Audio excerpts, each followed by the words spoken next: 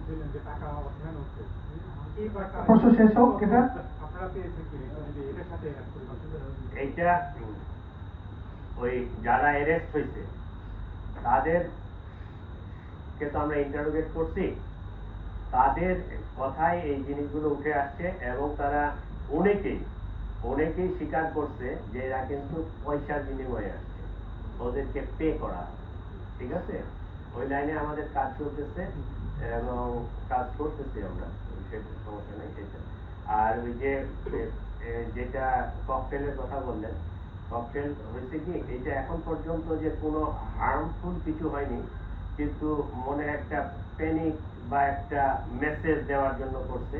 এবং আমরা দু একটা ককটেলে আমাদের যে বম ডিসপোজাল ইউনিট আছে তাদের মাধ্যমে আমরা দেখছি যে খুব বেশি এখানে ওই এক্সপ্লোসিভ টাইপের কিছু আছে এরকম না। অনেক ক্ষেত্রে দু এক জায়গায় দেখছি আমরা ওই যে ম্যাচ যে তৈরি করে না বারুদ, ওই যে সালফার, ওই যে ম্যাচের কাঠির এই যে সালফার গুলো দিয়ে আর কিছু কয়েকটা পাথর টাথর দিয়ে অথবা ওই কিছু নেইলস দিয়ে কিছু ওই যে সাইকেলের বল দিয়ে এরকম করে তৈরি করে একটা সাউন্ড করার জন্য ক্রিয়েট করে, একটা স্মোক করার জন্য ক্রিয়েট করে।